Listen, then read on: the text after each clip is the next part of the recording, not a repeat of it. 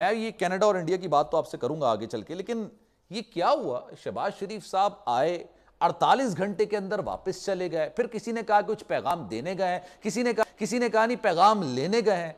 ये हुआ क्या है, क्यों गए हैं वापस? जी बिस्मिल्लाहिर्रहमानिर्रहीम।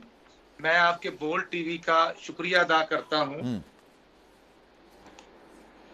जी सर। खुद इस पर फरासत रखते हैं। मैं समझता हूं कि शहबाज शरीफ साहब ने एज ए प्रेसिडेंट जो अनाउंसमेंट की थी कि 21 अक्टूबर को मियां नवाज शरीफ साहब आ रहे हैं, तो अल्हम्दुलिल्लाह वो आ रहे हैं, डेट में कोई तब्दीली नहीं। ठीक है। और वो आए थे, और मैं समझता हूं कुछ केसेस और करंट इश्यूज पर उन्होंने डिस्कशन करनी थी, और बिल्कुल मियां नवाज शरीफ साहब ने उनको कॉल किया है और वो दोबारा गए हैं। आज वहां पर इजलास हुआ है, और तमाम वो जो मैं समझता हूं कि जो चहमगोइयां थी वो क्लियर हो गई हैं कि इंशाअल्लाह अल्लाह ताला खैर करे।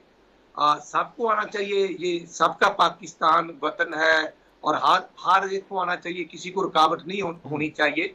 तो इंशाअल्लाह मियां नवाज शरीफ साहब आ रहे हैं, और आज हमारा लाहौर 180 मॉडल टाउन पर हमारे पंजाब के तमाम जो वकुला है, जो लाइन फोरम है, उनका इजलास था। कुछ 300 अफराद आए हुए थे, तमाम डिस्ट्रिक्ट के सदर सेक्रेटरी, डिवीजन के सदर सेक्रेटरी और ऑफिस बेरर थे, बार्स के ओहदेदार थे। तो अल्हम्दुलिल्लाह वहां पर भी मरियम अच्छा नवाज राना साहब, ये साहबा ने बताइए, जो ये जो आप खिताब केसेस किया। की बात कर रहे हैं बिल्कुल बात दुरुस्त होगी, मैं इस पे इख्तिलाफ नहीं कर रहा, लेकिन जहन में ख्याल तो आता है ना, सवाल तो आता है कि केसेस का मामला 48 घंटे पहले भी था और 48 घंटे बाद भी था। 48 घंटे पहले भी उनके साथ लीगल एक्सपर्ट्स मौजूद थे जिन्होंने उनको कहा होगा कि जनाब आप बेसिकली पाकिस्तान के अंदर मफरूर हैं, आप अगर लाहौर के अंदर लैंड करेंगे, आप जलसा भी करेंगे तो आपको कानूनी मामला का सामना करना पड़ेगा।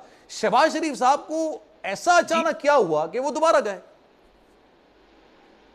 मैं समझता हूं आपके सामने है, जब नैब